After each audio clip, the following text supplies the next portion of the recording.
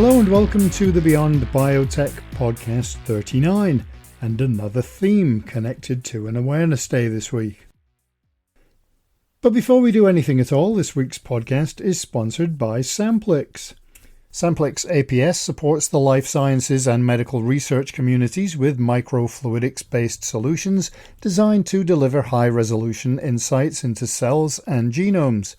Our unique X-Drop products encapsulate the building blocks of life, for example living mammalian and microbial cells or long fragments of DNA, for a range of downstream purposes, rapid and true single-cell functional analyses of cells, supporting key potency assays, including cytokine secretion and killer cell potential, screening for enzyme production, and verification of gene edits. X-Drop and X-Drop Sort can change how you analyze cells. To learn more, please visit www.samplix.com. I'm Jim Cornell from the Biotech, and it's been another crazy week. I got this week's podcast prepared on a train from Strasbourg to Brussels, which I almost didn't make. The week started great, well, kind of. I arrived in Basel via Glasgow, Amsterdam and Zurich for Bio Europe Spring. I then went for a very long walk, which involved me getting soaked, thanks to some very heavy rain. Then there was the event itself, which was great, and I was supposed to go and catch the tail end of another event in Brussels, the International Symposium, Intensive Care and Emergency Medicine. But then one of the trains I needed to get was cancelled, but with a little help from my friends, I made it. Anyway, I got lots of coverage while in Basel, from not only Bio Europe Spring, but also some site visits, and then from the day in Brussels. I do need to rest for a month after that trip as well. Not that I will, because I've got all of the videos to upload. So let me tell you this week's theme. Of course, if you downloaded the podcast and read the title, you already know it's tuberculosis.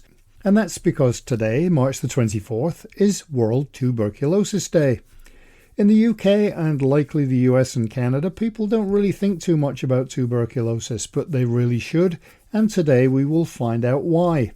We have conversations with Christopher Fox, Senior Vice President of Formulations at the Access to Advanced Health Institute, TB Alliance CEO Mel Spigelman, and Jane Theaker, CEO of PBD Biotech. And so now it's time for the news you may have missed over at Labiotech.eu. We had an article on 9 tips to succeed in pharma biotech partnerships. Spy Biotech received more than $4 million to develop a vaccine platform, and Campbell Neurosciences created a saliva-based test for suicidal thoughts. Karuna Therapeutics announced positive schizophrenia trial results. We had an article on 5 advancements in Down syndrome research over the past year, and Etana secured funding for its oncology pipeline. We had a look at 6 cultured meat companies making waves, or maybe they're making burgers, who knows. Flare Therapeutics received $123 million, and Lift Biosciences hailed what it says are breakthrough data for treating solid tumours. The discovery of an intercellular smoke detector could lead to skin disease treatment options. We had several more articles on tuberculosis, and regulation of RNA splicing may be an answer to why blood stem cells transform. You can read all of these and many more at Labiotech.eu.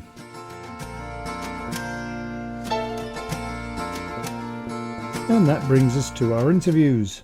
Tuberculosis is a leading infectious disease, and according to the WHO, 10.6 million people became ill with the disease in 2021, and there were also 1.6 million deaths from the disease. The theme for World TB Day 2023 is Yes, We Can End TB. And so first up today is a conversation with Jane Theaker, PBD Biotech's CEO. The company has developed a rapid screening blood test for identifying people with the disease, as well as a subgroup with preclinical infection at higher risk of developing the disease. PBD Biotech said their screening blood test has the potential to revolutionize the management of TB. And Jane Theaker can tell us more about the company and the blood test. So we're a spin out from University of Nottingham, and our mission is to support the scale up of latent tuberculosis test and treat campaigns with ActiPhage, so that's our kit, to achieve the goals of the WHO End TB strategy. So we're aiming to eradicate TB.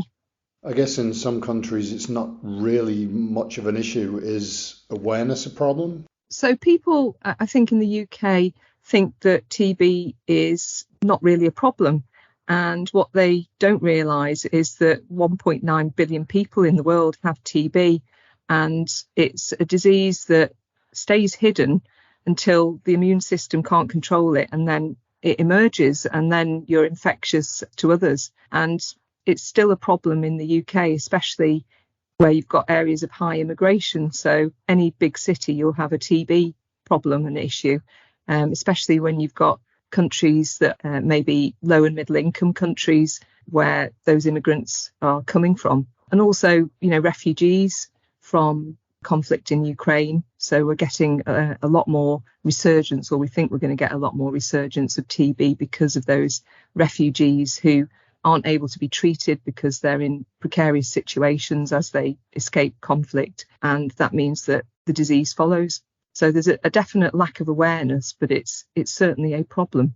It's actually a bigger problem than you think because, it's second only to COVID in terms of deaths in the world. So it's enormous. And the work that you're doing, how does that actually work? Yeah, so we've got basically this unique role using ActiPhage, our kit, to detect active TB. So that's when the disease is actually infectious. And we're wanting to drive our innovation platform towards using it in novel uses where we're looking at TB screening and also for drug management. So which drugs that you should be put on. And how does it actually work? What's the basis of the ActiPhage platform? Yeah, it's basically a blood-based test that combines phage technology to detect only active disease-causing mycobacteria with qPCR methods.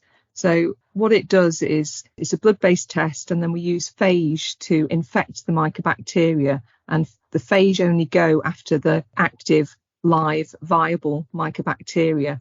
And then when they infect them, they release the DNA, they pop open the mycobacteria, release the DNA, and then we're interrogating that DNA with a PCR reaction. So we're basically using ActiPhage to determine who has got active mycobacteria in their blood, and that's an indication of where the immune system hasn't got the disease under control. How quick is the test? How quick do you get the results? Yeah, it's really quick. It's rapid turnaround. So it's not point of care. I have to add, it isn't a point of care test, but it's within a day. And there's no other test really in development or on the market that can detect this sort of intermediate stage where the disease is at very, very early stage and not at full active disease, but basically at the tipping point of incipient disease. There's no other test on the market that can do that. And it's also low cost, or relatively low cost as diagnostics go. And it's a very simple 2 ml blood sampling process. So we think it's got some great advantages.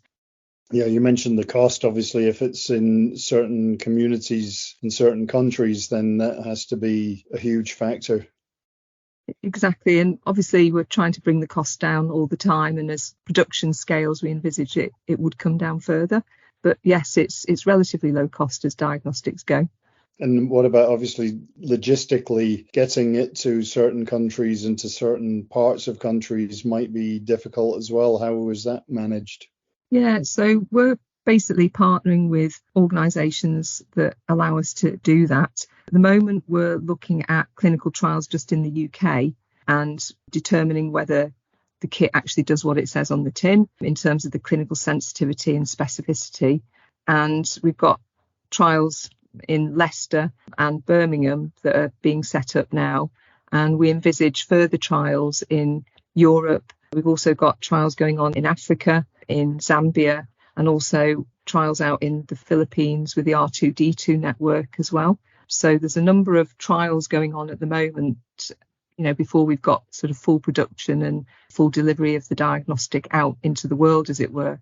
But we anticipate working in partnership with organisations that have the logistical capability to get our kits and assays out to where it's needed. The sort of beachhead strategy, if you like, is to first of all do it in Europe and America and then roll it out more broadly. And as far as the trials themselves, what stage are you at? Yeah, so we're at quite an early stage. We've got initial proof of concept that showed that we had good sensitivity and specificity, but on a relatively small patient number.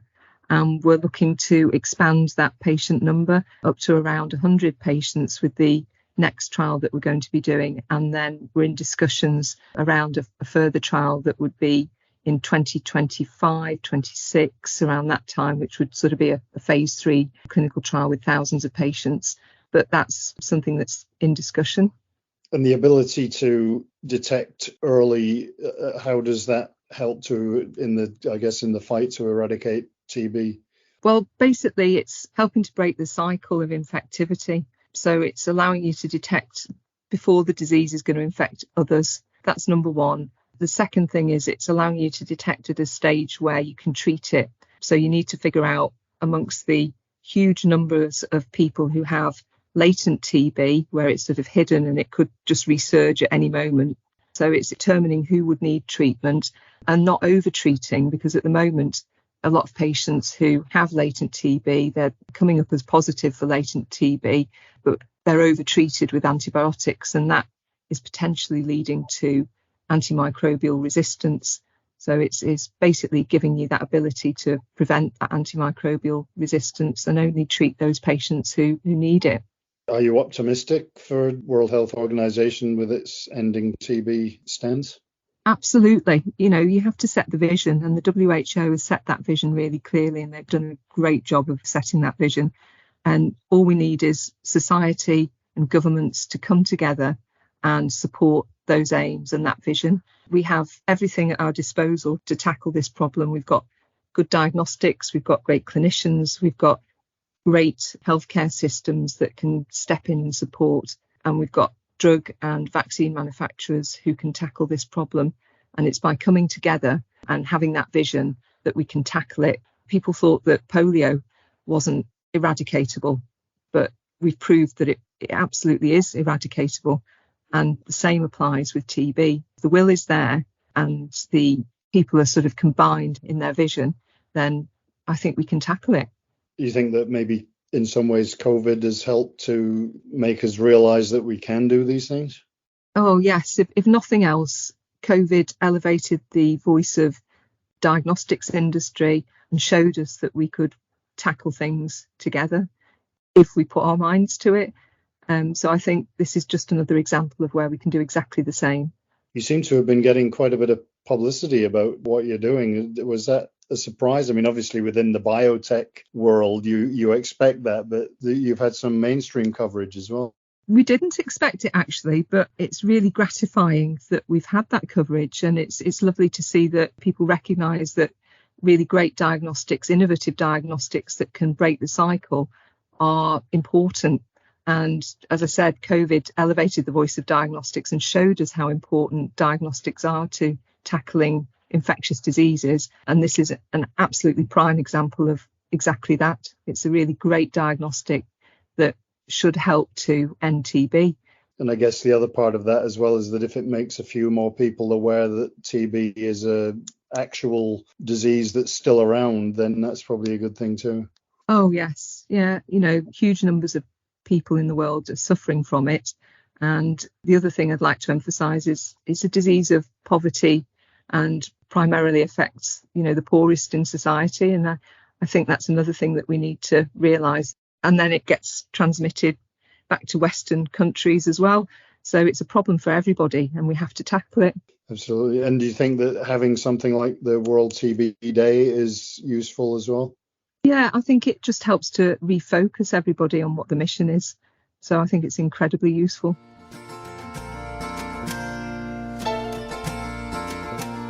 Next, we head to the US to talk to Christopher Fox, Senior Vice President Formulations at the Access to Advanced Health Institute in Seattle, which has developed a potential new vaccine for tuberculosis. So I guess the first easy and obvious question is if you could tell me a little bit about the AAHI, which I obviously can't say. No worries. You're not the only one. We actually pronounce it AAHI, just a little easier to say. But it stands for the Access to Advanced Health Institute. And, we've actually been around since 1993. We're a nonprofit biotech, sort of an anomaly that there's not a whole lot of institutes that kind of fit in that space that are trying to develop products, but really in a nonprofit type way in terms of the disease indications we go after and just trying to make products that would be accessible to a global population in terms of cost and deliverability and whatnot. We recently changed names. So we used to be known as the Infectious Disease Research Institute. And then about a year ago, we switched names now to AAHI. What was the reasoning behind the name change? We had a shift in just the way we approach things. So earlier on, we had really been sort of a disease-focused institute. We were working on, a select number of neglected tropical diseases. And we decided to really expand our mission and focus on applying the technologies and platforms we have to any indication where there's a need. So really now our vision is, developing tools that can harness the immune system to allow people anywhere to live a healthy life. Part of that is focusing on developing vaccines, but we're also, looking at immunotherapies and other applications of what we do. If we move on to tuberculosis, is it a disease that gets enough coverage or interest? It gets more attention than some of the other things we've worked on in the past, but I don't think it can ever really get enough attention. I mean, before COVID came along, it was by far the leading infectious disease killer. There's approximately 1.5 million killed each year by TB, and a quarter of the global population has TB, whether it's latent or active infection. And so I just don't think you can really give a problem like that enough attention. Clearly we haven't solved it yet. And so, I think we can do better at raising awareness, but also political will and funding to really get something done. But what are the challenges with tackling TB? Yeah, well, I mean, most recently, COVID really didn't help, as you can imagine. People were not as likely to seek treatment for TB. The drugs weren't getting distributed. So for the first time in many years, TB deaths increased, I think, as a direct result of the pandemic. But there are many other challenges, right? So it's a complicated disease. As I mentioned, most people that are infected actually don't know it. They're latently infected, meaning they don't have symptoms. And in recent decades, even though there's a drug regimen to treat TB, which is a good thing, there's drug-resistant TB, and sometimes, multi-drug resistant and then extremely drug-resistant TB for very intractable cases. And this is a growing problem of huge concern. I think, in terms of vaccines for TB, one of the difficult challenges is that it's never been completely clear what kind of immune response you need to be protected against TB. So this is a challenge in terms of vaccine development, because the only way then to develop a vaccine is actually test whether it stops people from getting TB. And then that's a very expensive and laborious and drawn out process, but it needs to be done. What we do know is it appears that cellular immune responses seem to be important. And so that's good knowledge to have, because we can kind of design the vaccines to do that. But those kinds of immune responses are generally more difficult to elicit than antibody immune responses. So you think about COVID and flu, it's pretty well accepted that antibodies are really the key driver there for protecting you from getting flu and COVID. It's generally a little bit easier to make vaccines that generate antibody responses. Cellular immune responses are a more complex endeavor. So that's another reason it's been a long battle to develop TB vaccines. You mentioned about COVID making a difference, maybe in a negative way, because that kind of took away a lot of resources and also a lot of interest in anything that wasn't COVID. But do you think that maybe in the long term, you can get more people together more quickly to work on issues, that kind of thing? That's a great point. I think the development of the vaccines for COVID demonstrated that with enough political willpower and funding support, that you can significantly speed up the development timeline, do some of the steps in parallel where, yes, you're going to have some failures, just like with COVID, some vaccines didn't make it to the finish line. And obviously that was money that I guess you could say was lost. But by putting that much support up front, it helped guarantee that there would be a few candidates that made it to the finish line. And so, yes, I think if we take some of those lessons and apply them to TB, we could make a significant impact on speeding up the timeline to get to some solutions. And could you tell me about some of the work that you're doing on TB? Yeah, you bet. Really, the advance that we have made and reported recently had to do with a formulation improvement, which we think is a major step forward. So one of the major issues with vaccines, again, you can look at COVID for some analogies, is that they often have to be stored in a refrigerator or even worse, in a deep freezer. And so when we're thinking about where TB incidence is highest, those are places that it's going to be very difficult to distribute a vaccine that you have to keep, at negative 80 degrees Celsius. So we really want to make the kind of practical advances as we're developing a TB vaccine that will enable it to be distributed and accessible to the places where it's going to be used. And so our work over the last really decade was to reformulate this TB vaccine, which had been really discovered over a decade ago at our institute, and really reformulate that in a way that we could store it outside of a refrigerator for up to 3 months and still maintain its safety and ability to generate the appropriate immune response. And so what we were able to do is develop that new formulation and then actually prove in a clinical trial that it does maintain an excellent safety profile as the previous formulation and works just as well, if not better, in terms of the immune response that it generates. And in terms of the administration, is it just like a one-time shot that gives immunity, or is it something like a tetanus shot where you have to have it every 10 years or whatever? So some of the early clinical trials on the non-thermostable formulation looked at, different numbers of shots and different intervals between those shots. And that work really led to what seemed to be an optimal regimen of 2 shots about 2 months apart, or 56 days to be exact. And so that's the regimen we used in this clinical trial. Now, we know the immune responses looked pretty good for a year after immunization because we followed those participants in the trial for a year. We don't know what happens long term, so that remains to be determined. But for now, it looks like it would be a 2-shot regimen. What stage are you at with trials? This was the first clinical trial for this new thermostable formulation. Now, the previous formulation of the vaccine had the same active ingredients, meaning the vaccine antigen and the vaccine adjuvant. And that version of the vaccine is now in phase 2 clinical trials, where we'll actually learn something about its efficacy, whether it actually prevents TB disease progression. And so that's really going to be a key readout because it'll be relevant, whatever we learn there, for this new thermostable formulation, because we project it should work, about the same or maybe a little better. So we're going to lean on that data to help us determine next steps for this thermostable formulation. With the COVID vaccine, it was extended pretty much to all ages eventually. Is this a vaccine that would be suitable for all ages? Yeah, we always start in healthy adults to establish that the vaccine is safe and generates the kind of immune response you want to see.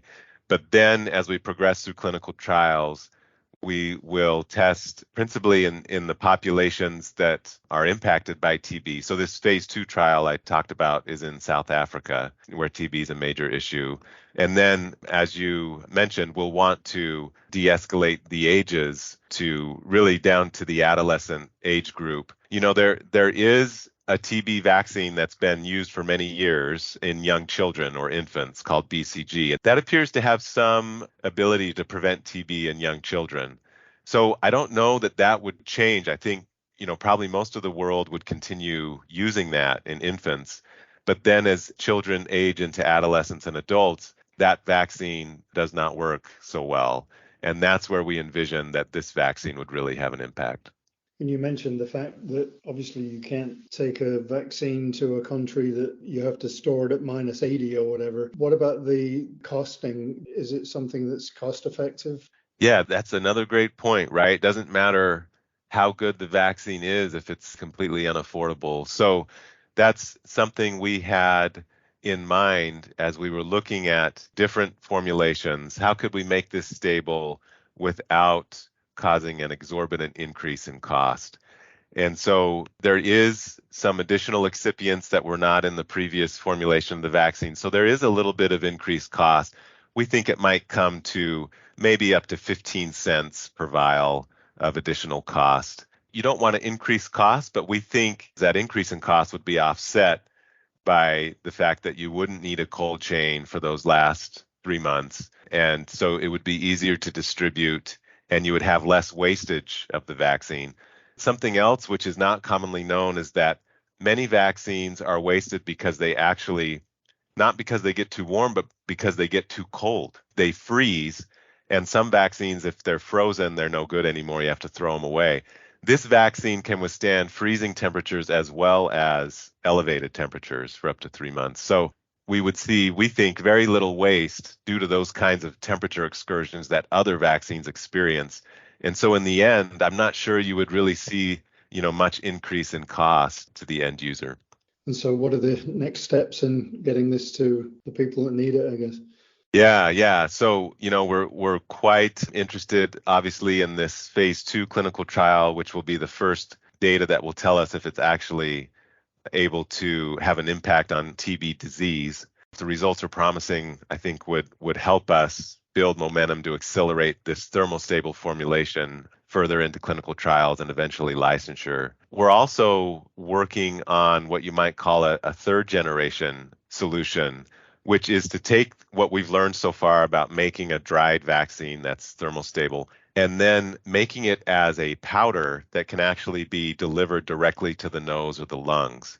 And so this has not entered clinical testing yet, but we're quite far along in what you call preclinical testing. It looks quite promising. And so by delivering the vaccine to the same site that you get infected with TB, we think that this could be an added advantage. And so we'll be working on that in parallel with the previous versions of the vaccine marching through clinical testing. And really, it's just bringing the partners together and the funding to get this tested comprehensively and as efficiently as possible so it can get to the people. And do you have any approximate timelines for this? Yeah, I wish I could give you an approximate timeline. I mean, outside of a COVID pandemic, as you know, vaccine development is usually measured in decades rather than, years or months. So it is a long road. I think this next key piece of data, which is this phase 2 trial, I think we should have some data there in a year or two, which will really help us, inform next steps. So that's really the next big step. We'll be doing a lot of other work in parallel, but I think that's really the key step. If that looks promising, then the next step would be the last stage of clinical trials, which is a phase 3 trial, and then licensure after that. So we're still talking years here, unfortunately. But I think the field in general is quite excited about the potential for a new TB vaccine here in the not too distant future. Whether ours sort of gets to the head of the line or not, aside of that question, there's other candidates that also, could be very interesting and have an impact. So the field in general is quite energized right now. You have been getting quite a bit of publicity on this as well, which is also good, I guess. Yeah, we really have appreciated that, because sometimes in years past, it was hard to generate excitement about what we were doing. It was seen as sort of a practical, maybe not so exciting advance. But I think now that we have this clinical data and people have been through the COVID pandemic and the issues of vaccine storage there, I think maybe people are getting why this is so critical to address, up front. And so, yeah, it's been great to really be able to talk about it. The TB Alliance is a not-for-profit organisation dedicated to finding faster-acting and affordable drug regimens to fight TB. And we can get an overview of the organisation and what it's doing in the fight against tuberculosis from TB Alliance CEO Mel Spigelman. TB Alliance is in the category of organizations called product development partnerships. But at the essence of the TB Alliance, similar to a whole variety of sister organizations, is the concept of having a not-for-profit organization dedicated to solving a global health problem through a particular means. And specifically for the TB Alliance, we were formed because of the huge problem of tuberculosis, TB, and the lack of investment from the private sector in finding new therapeutics, new treatments for TB. That was the genesis of the TB Alliance, to have an organization, not for profit, with specific expertise in tuberculosis, whose mission it was to find new and impactful treatments for tuberculosis, a unbelievably underserved area. Is the focus global or US? Oh, no, it's definitely global. If anything, thankfully, TB is not a major problem in the high-income countries like the US or the UK, the Western European countries, although it still is a problem in these countries. But the real crux of the problem lies in middle-income countries around the world. And that gets to the heart of the problem with tuberculosis, that it really has developed into a disease of poverty. And I could even say it's a quintessential disease of poverty. It really becomes fulminant in situations of crowding, of poor nutrition, of just poor healthcare systems, etc., which obviously are more prominent in the low and middle income countries. So whereas TB is certainly a global disease, but its main thrust is in low and middle income countries. Do you have any stats that you could share about incidences and the severity of the disease? Oh, yeah. This is an amazingly prevalent disease. Let me separate out what's called TB infection from TB disease. Even though the TB organism can infect virtually any animal or certainly human, but the primary transmission is from man to man. And the primary transmission results in what is called latent infection, where people are infected, but they're not sick from tuberculosis. And that affects, about 2 billion people in the world. That there are close to 2 billion people who are harboring the TB bacillus in their bodies. Now, of those people, or of others who don't necessarily harbor the bacillus, about 10 million every year actually get sick from active TB. And people have talked about this as consumption, a white plague, and there are hallmarks of actually getting the disease and not just being infected. And that's about 10 million. Of those, about 1.5 million die every year. Of the 10 million, about 1 million afflicts children. So this is a disease that spares no age group, from children all the way up to until the end of life. It definitely is more prevalent in immunocompromised individuals, such as people who live with HIV, because when the immune system is weakened, it gives the opportunity for tuberculosis to flourish, especially in those patients who have latent infection where the TB bacillus is already in their body. But due to being immunocompromised, there's the opportunity for that now to flourish, to divide, to take over and cause real disease and not asymptomatic infection. It's thought that the lifetime risk of going from infection to disease is probably about 10%. The other thing that I would note about the numbers is that until the onset of COVID, TB was the largest single killer of any individual infectious disease in the world. So that number of approximately 1.5 million was the most of any individual infectious disease in the world. Unfortunately, when COVID struck in 2009, the end of 19, the beginning of 20, COVID rapidly took over as being the single most deadly disease from an infectious sort in the world. But unfortunately, TB has now reclaimed that dubious distinction with the fact that COVID at least has been caused to recede somewhat into the background, at least in terms of its mortality. We're putting this out around TB Day or the Awareness Day. How important is having an awareness day for a disease like tuberculosis? It is extremely important to have an awareness day. The reality is, and this is just a fact of life, I believe, that diseases that primarily affect the poor don't get the awareness of diseases that affect the well-to-do. It's not right, in my opinion, but it is what it is. And therefore, the awareness of the problem of tuberculosis is just not there in the communities where it's not very flagrant and where people aren't affected all the time. So to bring the awareness of how huge a problem of TB is on the global scale to the whole world is so critical. So yes, having a TB Awareness Day, unfortunately, we can't make every day of the year a TB Awareness Day. That would be ideal. And frankly, I have to say, when we look at a disease like COVID, which was and is still in the news and part of the awareness of the general public around the whole world, 365 days a year, it's possible to do that, but frankly, that's not the reality when the disease primarily affects only poor people and even the poor within the poor countries. How do you overcome those kind of prejudices?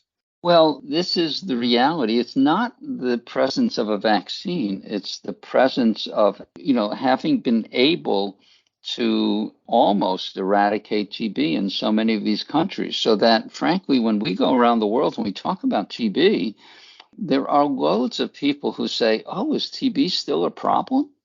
And people in the US, we don't have vaccinations for TB. It's just that it's restricted to communities, not totally restricted, but in general to communities of immigrants. The immigrant population, for example, in the US now is the greatest source, and it stays within very confined communities. And most people are simply unaware of even the fact that there is TB, for example, in the United States, and certainly totally unaware that this is the largest single infectious disease killer in the world today. And, I think all we can do is with the help of these sort of podcasts and other spreading of awareness is to make as many people around the world aware of the magnitude of the problem and the fact of what it's going to take to eradicate TB and generate the support that's needed to do that. I guess awareness is one issue, but what are the other challenges when it comes to tackling tuberculosis? The major issues with TB starts with the lack of resources to really effectively tackle the disease.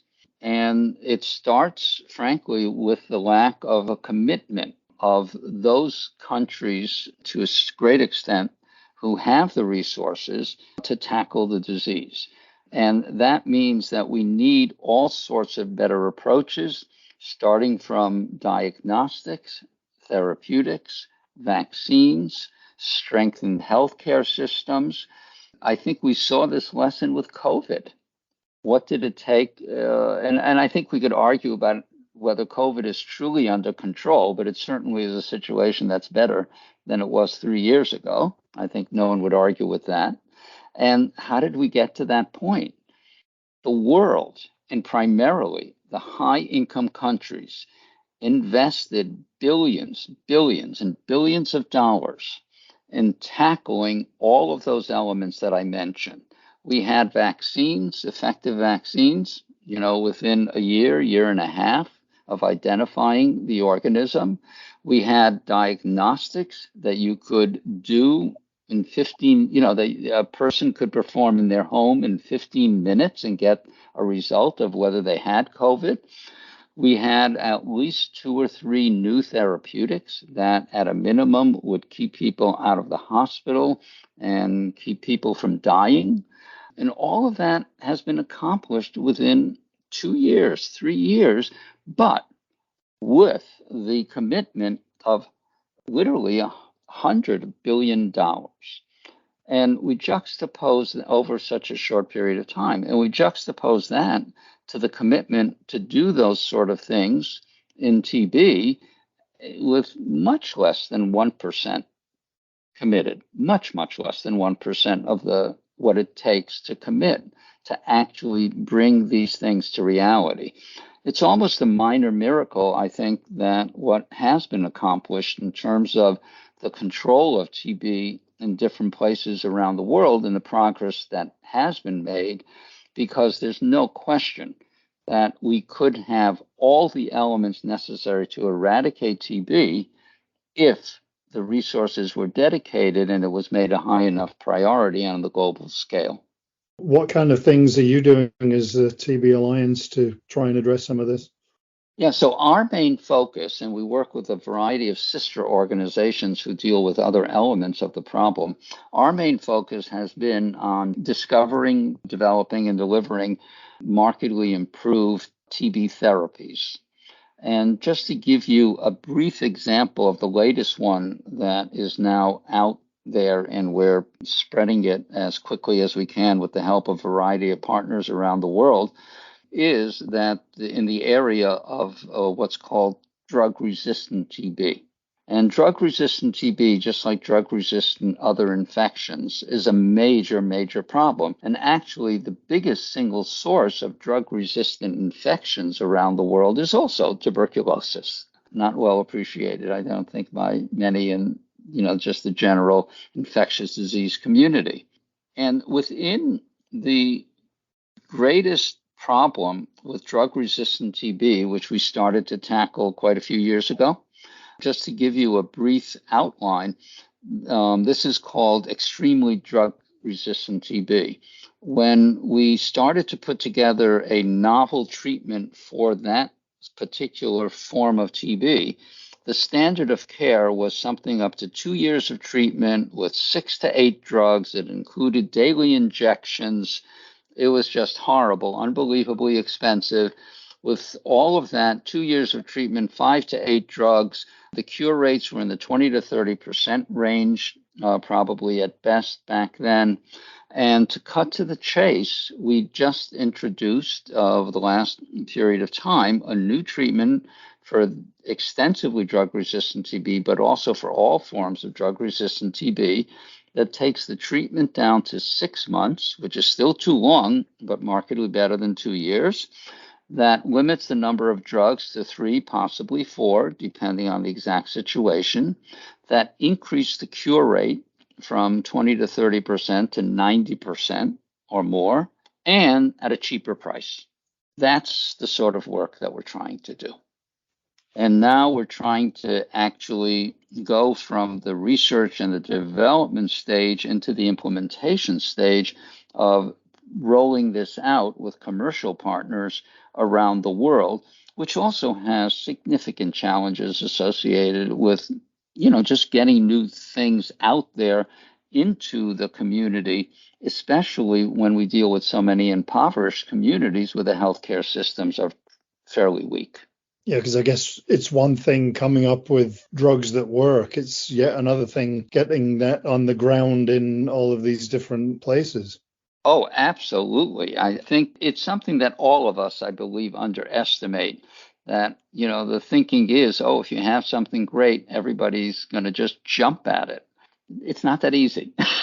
And, frankly, again, going back to the COVID example, depending on where you come out on the vaccine issue, I think that's a lesson that was learned too with COVID, is just because you have developed a vaccine that's been proven to be very useful, it may not eradicate the disease, but it's very useful. That doesn't mean everybody's going to jump at it and take it. You need a lot of education. You need to have it be affordable. You need to have to be practical to be given in the environment where it's at. There's huge of logistical and other potential impediments, even after you have something, so to speak, a pill in a bottle. It's still a huge amount of work and a huge amount of effort and a huge amount of money to actually go through that. You mentioned some of the partnerships earlier. Could you tell me some of the partnerships that are crucial to helping with tackling TB? I think it'd be easier for me to talk about the partnerships that we don't utilize, frankly, than the partnerships that we do, because we need, and we have, partnerships. Let me start with governments, or all governments almost around the world, with what are called multilateral organizations like the WHO or the Stop TB Partnership, those type of organizations. The scientific partnerships. We have medical centers, academic institutions, again, all over the world with whom we partner, the National Institute of Health. We have donors around the world. One of the most notable ones is right in your backyard, FCDO. The British government has been a fantastic help in terms of our fight against TB. The U.S. government, USAID, private foundations like the Bill and Melinda Gates Foundation has also been an unbelievable stalwart in terms of helping both not just the TB Alliance, but so many other similar organizations. You know, there are other governments that have played a major role, whether it's been Germany, in your backyard, also Ireland has been a supporter over the years, Australia. So those sort of government institutions have been extremely important. On the commercial side, so to speak, we work with a large number of manufacturers and other commercial agents, so to speak. The latest ones that have been really important include the generic or primarily generic company Viatris, McLeod's. They've played major roles with us. And frankly, I could just go, and I'm sure I'm missing so many of the partnerships that we have, unfortunately, but it doesn't take a village, it takes a world. It really takes a confluence of so many people, partnerships, organizations to pull something like this off. And to give you a concrete example of a recent partnership, which has been, you know, pretty innovative. When we started in the field of TB and when we were first formed, there was almost nobody working on TB.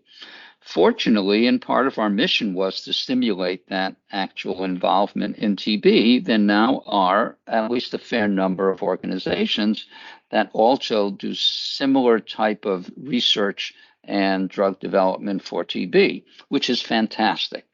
But now we have the challenge of bringing a lot of the products that are coming out of these different organizations under one umbrella so that it's not everybody working on their own with only the products they have. Because, and let me go back a step, TB is a little unique compared to a lot of other infectious diseases that you really have to treat TB with a combination of drugs. If you treat with only one drug, and this was seen back 70 years ago already, that TB will almost invariably develop resistance to the one drug if you only treat with one drug. And so the common acceptance now is you really probably need a minimum of 3 drugs. You want to get the best 3 drugs or 4 drugs that are out there, and that they could come from different partners. The Gates Foundation entered into or started a new initiative called the Pan-TB Initiative or the Pan-TB Partnership, where they really incentivize the various partners who are working together on TB problem to come together to put together the best drugs that are available, regardless of who discovered them or who is developing the individual drug, and to put those together in the most effective, what's called regimen or combination. And the first study that actually is coming out of this Pan-TB partnership is actually going to start this year already. After a huge amount of effort on part of the Gates Foundation, the Gates Medical Research Institute, to get this off the ground.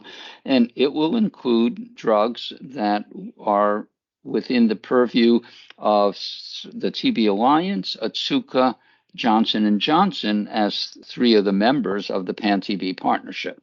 The Pan-TB Partnership, though, does include others such as GSK and Evotech, and certainly they will be involved in further studies down the road. But this, again, is sort of a major advance. When I think back decades where there's nobody working on it, to now we've got enough companies, enough organizations, whether they're for-profit or not-for-profit, working on the problem, that the next challenge is getting them all under one roof to work together. So that's just an example of more even innovation in the role of partnerships. I wonder if you could go over some of the pipeline that you have.